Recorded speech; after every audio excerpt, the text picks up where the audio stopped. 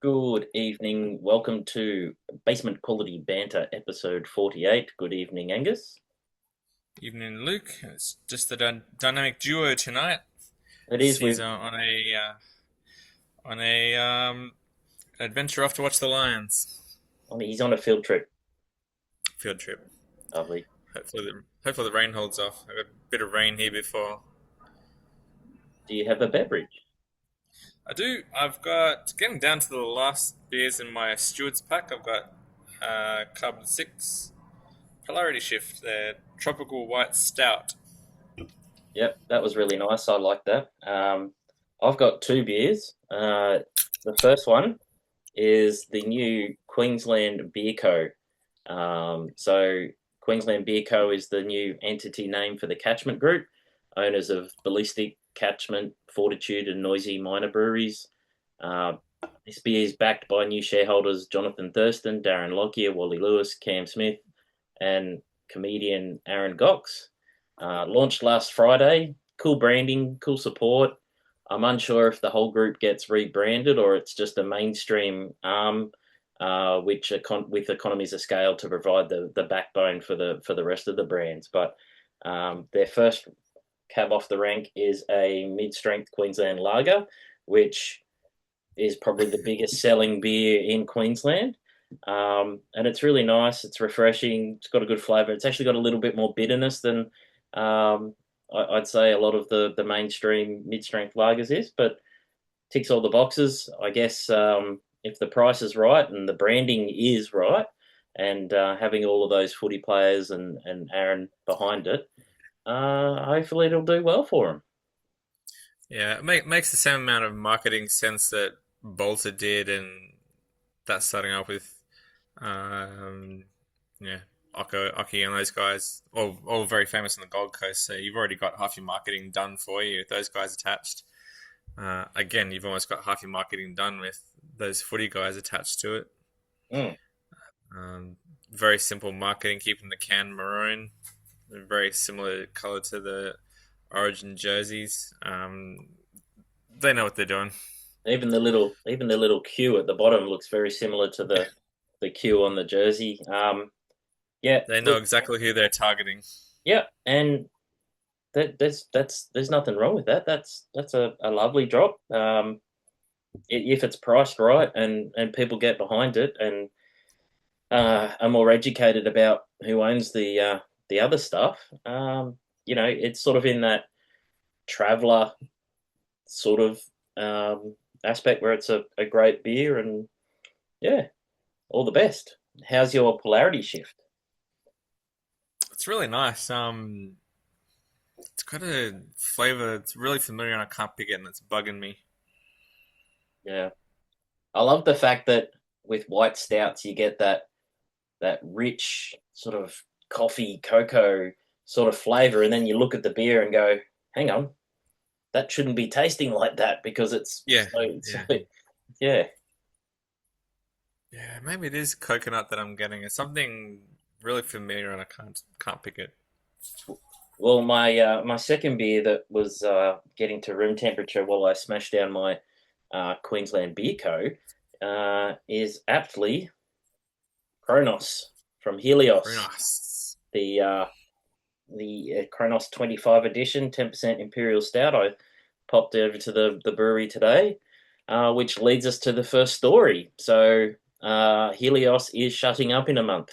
A pioneer of sustainable forward thinking and small suburban brewery, rooftop glycol tubes and solar, electric vehicles, other initiatives. Always spruiking that their beer is powered by the sun, hence the name Helios. And all of their beers featured mythological characters and names over the last 8 years, or most of them.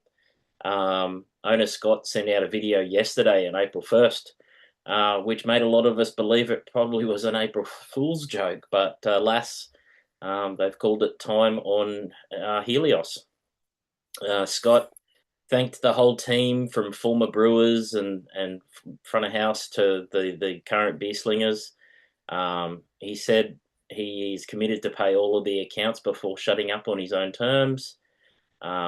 I did hear of an unannounced Friday closure a couple of weeks back, which may have been the catalyst to what's now transpiring. There's been some really cool people who have been involved in Helios, and some still are.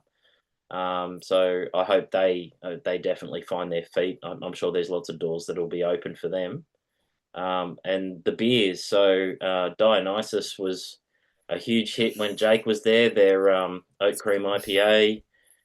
Zeus, I had a Zeus today. It's a cracker of a beer. I really liked Athena, which was their smoked Scottish. Medusa, the black IPA, and of course the yearly Kronos. And they did some. I think they did some barrel aged Kronos too.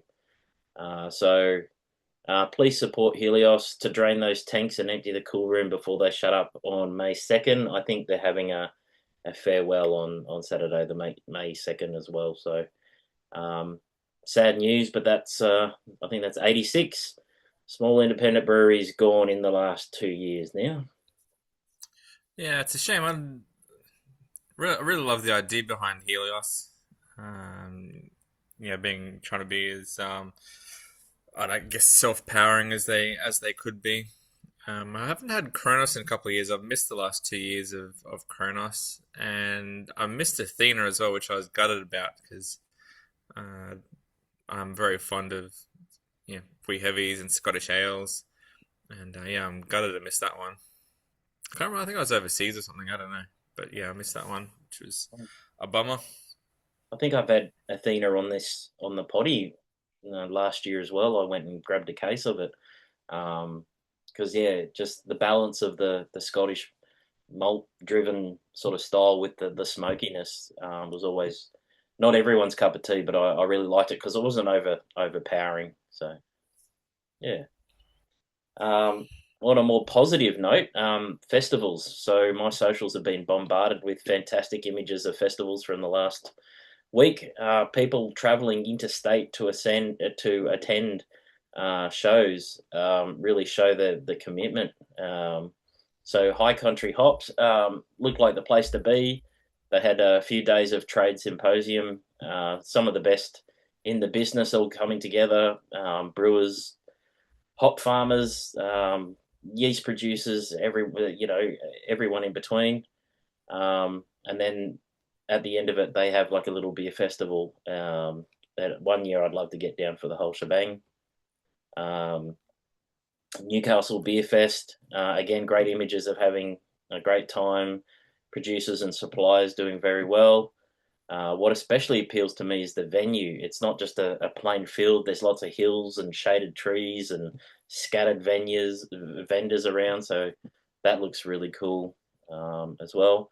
And finally, the gathering was really something else by the look of it. Mountain Cultures, Blue Mountains Home saw scores of dedicated, weary and thirsty travellers. All of the guest brewers wore robes of uh, different colours as disciples of beer, ascended into the realm of beer excellency. So all of them looked really cool, and I can say I am jealous of all the attendees of those really cool events. Yeah, I did a little bit of reading about the sale of Newcastle Beer Fest, and much like consolidation of beer brands and industry, we're starting to see some consolidation of beer events and festivals with the Schwartz family company recently acquiring the Newcastle Beer Fest, which ran a couple weekends ago. And so that company now owns Newcastle Beer Fest, Canberra Craft Beer and Cider Festival, Hunter Valley Wine and Beer Festival, Gold Coast Cider and Beer Festival, and lastly, Gabs.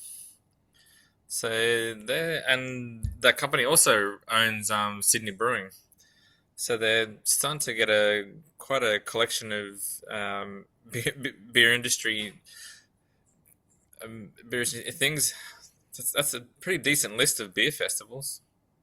Yeah, hopefully, and by the sound of it, the couple like the Canberra craft beer and cider and the Newcastle Beer Fest um, have been really successful. So they know how to, and Yep.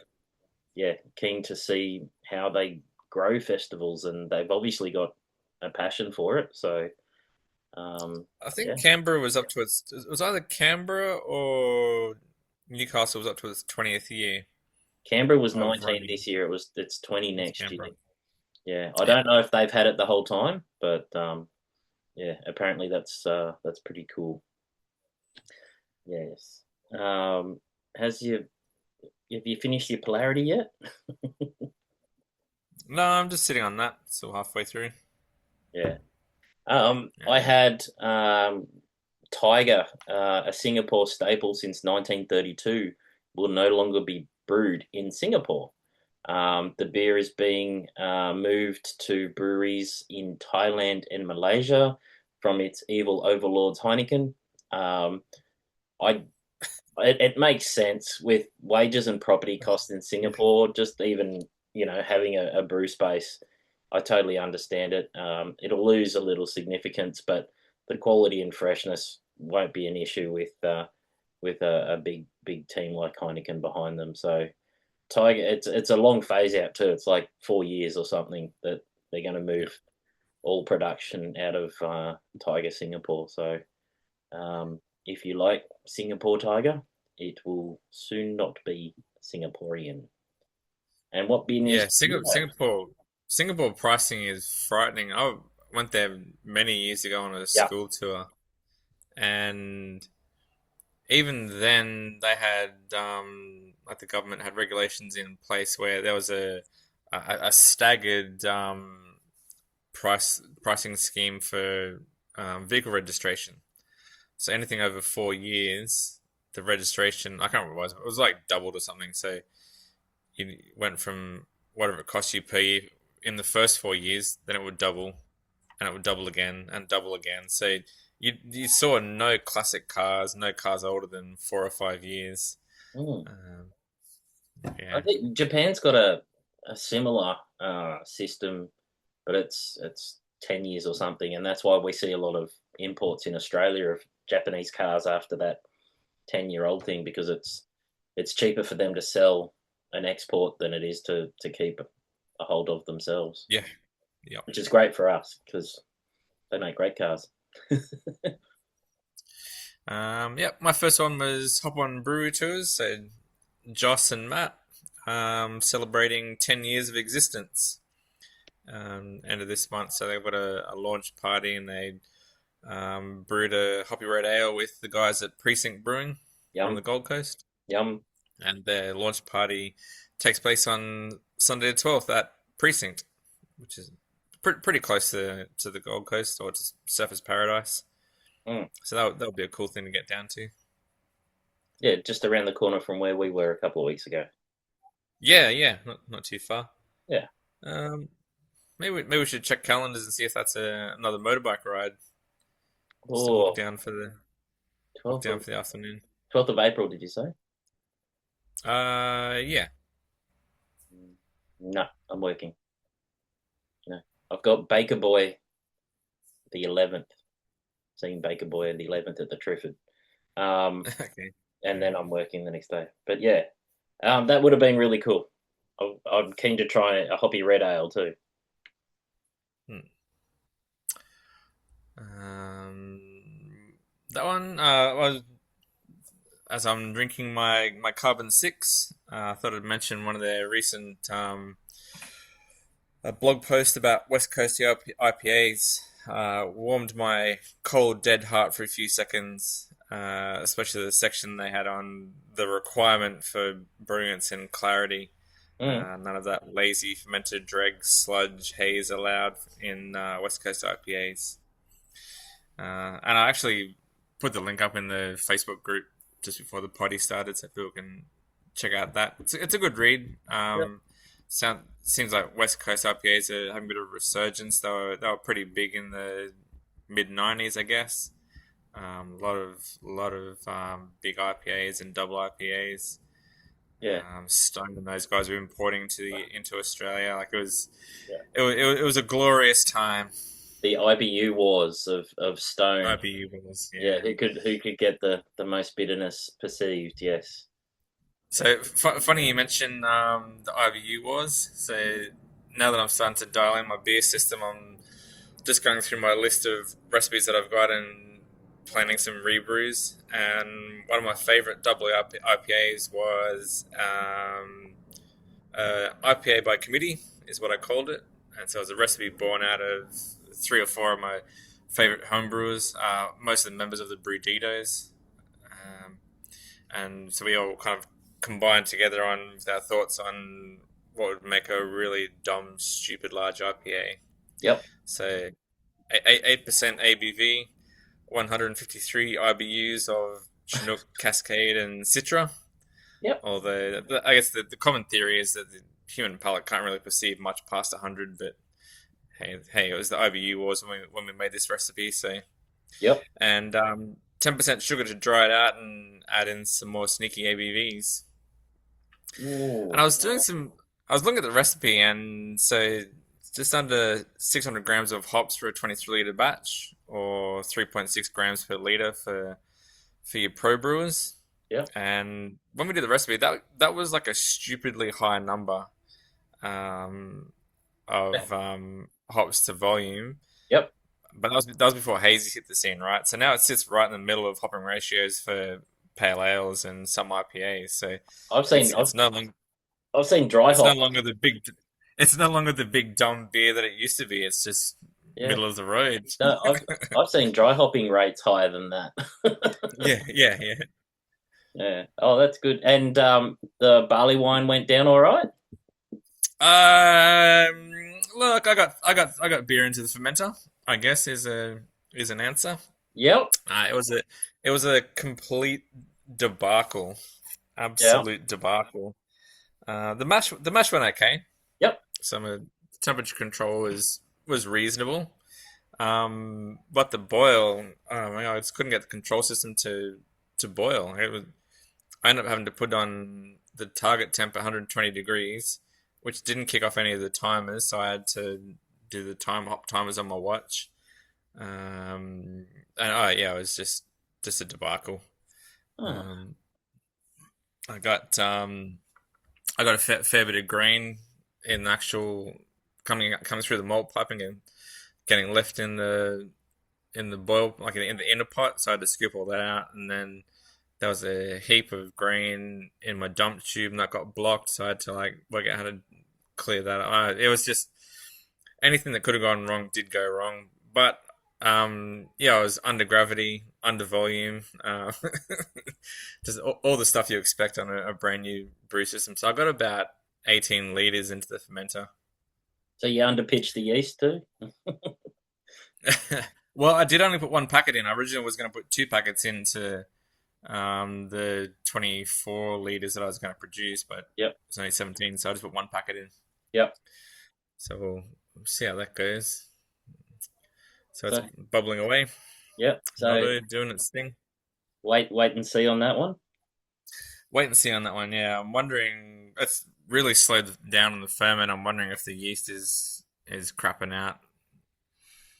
Uh, It's only been 2.5 days and it's already slowed down a fair bit on the ferment. So, like, I is it? know Notto's a beast, but it was from the OG was 1090. Yep. So I don't know if Notto would chew through that down to 1020. I think 1025 was the estimated final gravity. So I don't think it'd chew through the 70 points in 2.5 days. Unless it was super violent and it was in a warm environment, maybe. Yeah, I had it at 18 degrees initially just to kind of control the yeast growth, and then I put it on 19. It's on 21 degrees now, and it was never violent. It Yep. was it was pretty active ferment, but I wouldn't say it was violent. Mm, So I might give it a couple of days, and then I'll do a gravity reading and see what I think. nice. Nice. And you've seen that Felons have just announced their twin pack release from the barrel. Yeah, so I happened to come across this. Yeah, so today they announced that they've got a twin pack release of their latest barrel release from the hall in Brisbane. So they've released an amber plum cola, which is an oud brune, and a yuzu mist, which is a fruited saison. Ooh. So, so an Oud Bruin is probably the gentlest of barrel-aged Belgians, with extended aging, softening the acidity and the sharper flavors of the young beer. And a common practice in Belgium is to age an Oud Bruin, make a new Oud Bruin, which is and you do like a couple of months ferment, so it's fresh and young and sharp and acidic, Mm. and then blending those two beers together to to eventually sit at where the brewer wants the the blend to sit at. So that's a common practice. So I'm pretty excited about that one. The yuzu mist fruited saison was aged in white oak barrels, previously holding Kurna Chardonnay. And the goal of the yuzu was to add some freshness and citrus zest to the aged saison. So both of them sound very, very interesting. And having had a few Felon's barrel aged beers, they know what they're doing. They're producing good beer. So I ordered a twin pack of them to stick in my cellar, Yep. and till I till I have someone to share them with. Yeah. But yeah, they No, that sound sounds lovely. interesting. Yeah. Yeah. No, I'm keen on both of those. The yuzu saison especially. I think that will be very cool. Um, and what are we ready yet for? Angus around the world? Sure, let's do Angus around the world. So Angus around the world this week lands us in Pyongyang, North Korea. Ooh. Um, North Korea has a fairly mature beer scene with the state-owned Taedonggang Brewery being the largest brewery in North Korea. It was launched in 2000 when Kim Jong Il decided that North Korea needed their own flagship brewery, and so he spent a lazy $10 million relocating English brewing equipment from a closing brewery. Only after everyone confirmed that the equipment could not be used for making weapons.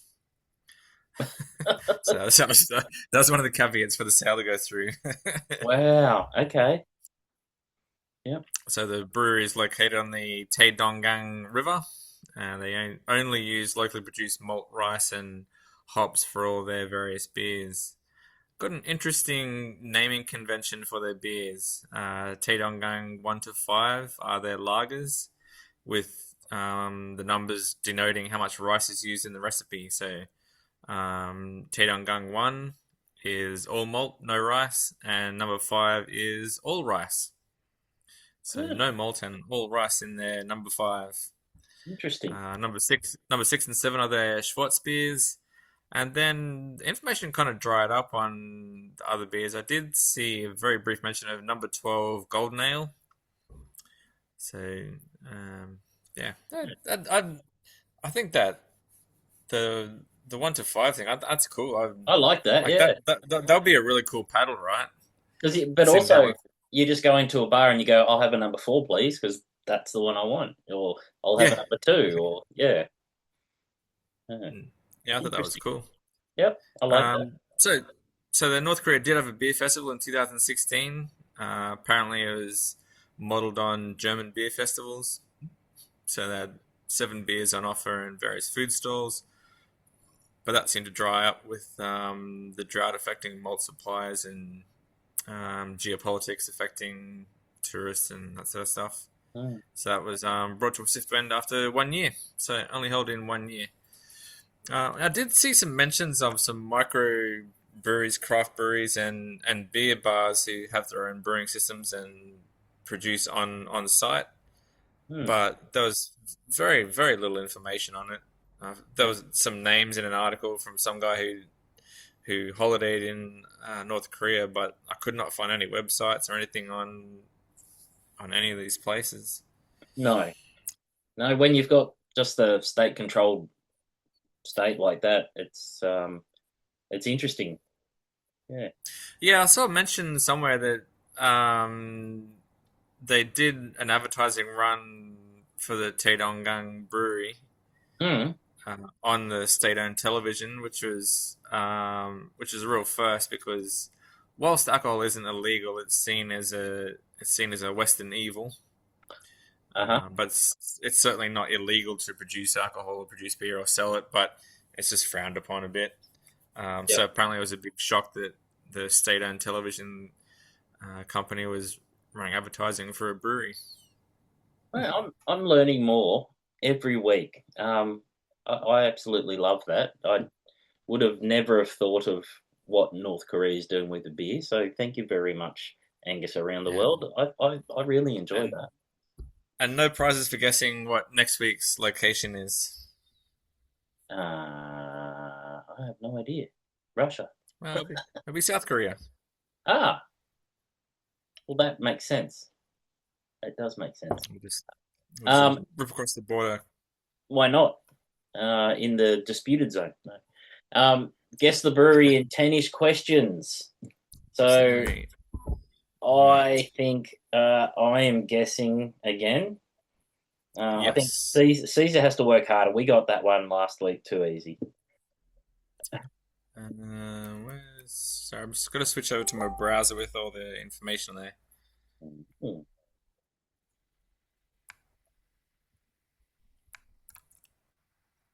All right, let's crack on. Alrighty. Is this an Australian brewery? Sure is. And this is actually our first one. First one, First what? Australian. No, I had First Australian Matzo's. brewery, isn't it? I had Matzo's, didn't I? Oh, you did too. Yeah, yeah. Yep. Actually, I'm going to have to write a list of all the ones we do so we don't do them again. Redo it. Yeah. Um, so Queensland. Nope. What state am I looking at? Tasmania. Ooh. Um, do they produce their own hops and malt for their brewery? Ooh. I don't think so. Okay. Um, I didn't see any mention of that anywhere. hmm. Oh, it's not the farm brewery that I'm thinking of. Would we have seen their beers up here? Yep. Do they have any relationship to Mona Uh, Museum mm, of Modern Art, no, UA? don't think they do. No. Hmm. So there's a couple of really cool. I hope I'm not screwing you with these answers that I'm not really sure on. Okay, so let's go. A couple of really cool Tassie breweries. So Van Diemen, No. Moo Brew, No.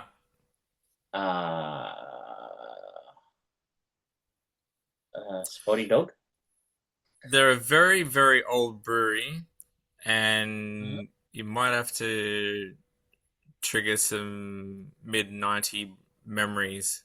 I don't know if they're all that big anymore, but they were quite popular during the 90s with two of their beers. Tassie. So they're 200 years old. So they're celebrating 200 years 2 years ago. So a very old brewery. If it's that old, it's either my old mate James Bogues or the Cascade. Okay, Launceston Is or that a guess? Hobart? Launceston or Hobart? Hobart. No Bart? Got their own water on site. Yeah, yeah, Spring on site. yeah. Cascade. Yep. Now, I know they've been purchased by the big uh, corporations, but Yeah, it's unfortunately the big boys own them. still, that facade of that building is so iconic. I haven't been to Tassie, and that would be a really cool place to visit. Still, I know Bogues in Launceston recently reopened their tours of the brewery because a lot of productions moved to the mainland for costs. But um, they did open up the Bogues Brewery for tours again. So I hope Cascade's the same. But um, yeah, no, Well, Anna and I did it. Anna's got family in Tasmania, so we went down there for our honeymoon, yep, and so we did a tour of Cascade. yep. And to this day, still, it has the most beautiful beer garden Yep, that I've ever been in yep, Australia. that's It's amazing. just amazing grounds. And one of the cool things that if you go on a tour, they'll tell you the same thing. But when they were doing renovations of the main brewing area to fit in the much higher tanks, Yep. I can't remember the exact reasoning for it, but that facade you're talking about. So it's got four floors of four windows, Mm, and so the first three floors are all inside the building. Then the first three windows of the fourth floor are inside the building. But if you look at the fourth window, you can see daylight. So that fourth window is not part of the interior building at all. It's just a pure facade on the outside, just a wall yep. with a window, and there's no building behind it. So Bizarre. three of the windows in the fourth floor are dark because it's inside the building, and the fourth is just complete daylight. I'm, I can't remember the explanation as to why they didn't build in the floor all the way across. it was probably some But sort yeah, of tax thing. Yeah. I'll put a photo in the group, and you can quite clearly see the daylight through the fourth window. That's really cool. They used to do uh, like it must have been early 2000s, like a first harvest, an autumn harvest. Like they used to be pretty crafty with some of their releases, and even Cascade Premium. Like I haven't, and it used to have the thylacine on the label. You see Cascade Premium Light still, but it's nothing like the Cascade Premium we used to have. No, well that was the two beers I was kind of mentioning. They were quite popular in the '90s. Yeah. Cascade Premium Light and Cascade Premium, and I was going to mention that they had the thylacine as their logo. That was another clue. Yeah, I actually saw a thylacine in Germany in a museum. I had to go to Germany to see one. They had a stuffed one in a museum, and I was dumbstruck because I'd never seen one in person. Like I know Yeah, it was stuffed, but there you go. yeah. Very cool. Cascade Premium Light, Cascade Premium, Cascade. I've had Cascade Pale Ale.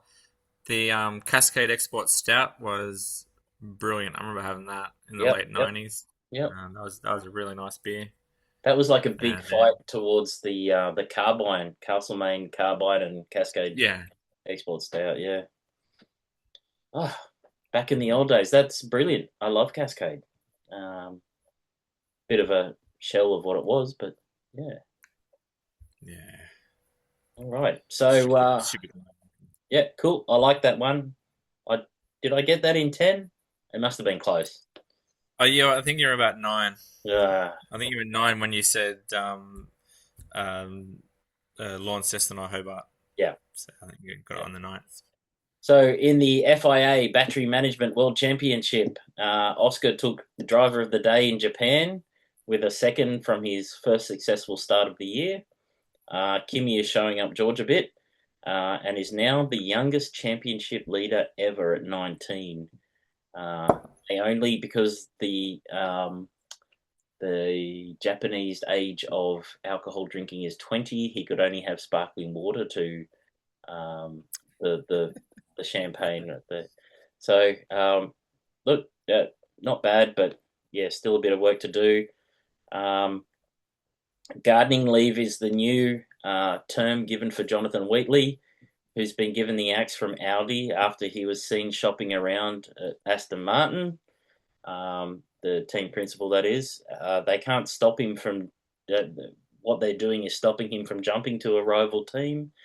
So this is probably why Adrian Newey has had to take on both roles at Aston Martin because they were planning on Jonathan Wheatley coming over. So there's a bit of playing happening with the team principals there. Uh, Oops. yeah, yeah, they got photos of him having lunch with Lawrence Stroll apparently. Um, a month off now with the Middle East races cancelled, so Miami is the next one, and I would say there will be significant upgrades coming for NRL, the Six Again competition. My tickets for the grand final for the Tigers are still safe. We've 14 seasons without finals. We've had three spoons, and we're coming third. So, but as I was getting on the potty tonight, Manly with their new interim coach was absolutely polishing the Dolphins at home. I think that's an interesting development. Union for Oh. yourself? Well, I haven't actually caught up on the games, but I know what the results are. Geez, there was some serious floggings going on. Um, yeah, I managed to watch the Reds game live, which turned out to be a bad decision in the end. That was 52 to 14 to the Hurricanes. Ouch. Um, oh, mate, I don't know if you watch rugby, but if you want to watch absolute god level rugby, watch that Hurricanes Reds game. The Hurricanes put so much pressure on the Reds defense. Anyone they could put pressure on, and the Reds just folded. And like any classic Kiwi team, they took advantage of every single turnover, drop ball, knock on, and scored points. Like it was just a demolition. It was all just a complete one way game. Like the Hurricanes, just they're unbeatable in that game. Like there's no way they could have lost against the Reds. So Just just just on a ruthless, just on another ruthless. level. Yeah, just absolute. Everything was just absolute, 100% ruthless. Every tackle, every hit, every cover defense on attack, every run up. They were fighting for centimeters every hit up. Uh, Perfect execution with backline moves and passes. Like, it was just beautiful to watch. Yeah. The Tars Painful, snuck in. painful but beautiful. Yeah. I can admire Skill. beauty Yeah. even when my team's getting flogged. Like Yeah, me yeah, it too. was Yeah. just just the pressure they put on the Reds, and the Reds just did not cope, and the Hurricanes did not let up until the ref had blown the final whistle. Not even like 60 minutes, 70 minutes. Not they played through till I think it was like 83 minutes. Yeah. They were putting pressure on until the ref actually blew the whistle. I was just yeah, I can't I can't see them being beaten this season. If they play like that, just I don't see who can stand up to them. Yeah. The Tars snuck in against the Brumbies, and so now every single New South Wales supporter is singing their praises and making plans for the finals. Uh, this is all them despite being seventh on the table. They were second last, I think it Yep. was, before this weekend. And with the roster they've got, like the quality of players, I don't understand how they don't have consistency in getting better results. I've got they've got a fundamentally way better squad than any other Australian team, and so inconsistent. Highlanders and Blues put on some pretty big scores against Moana Pacifica and Fiji and Drua. Yep. Um, so that's a shame. Like Fiji are a bit hot and cold when they're at home. They're a very good team. I'd love to see those island teams start putting some big scores on and really being competitive. Mm. Um, Reds at home Well, this weekend oh, against the Western Force should be a cracking game. Despite the Force being second last on the table, there's just something about local derbies where the teams just lift intensity, throw all their skills in the bin, and just revert back to 1980s rugby where it's just a big smash fest. lovely. Um, Well, yeah, there's no skills, no skills, no plans. They just belt the living piss out of each other for 80 minutes, and on and I that expect note, the same. of belting the loving piss, farewell to everyone. Thank you for joining us, and have a safe and prosperous Zombie Jesus weekend. And we will definitely catch you next week. We've got a special guest, so I'm sorry to finish you there, but I'll definitely catch everyone next week, and we'll have Caesar on too.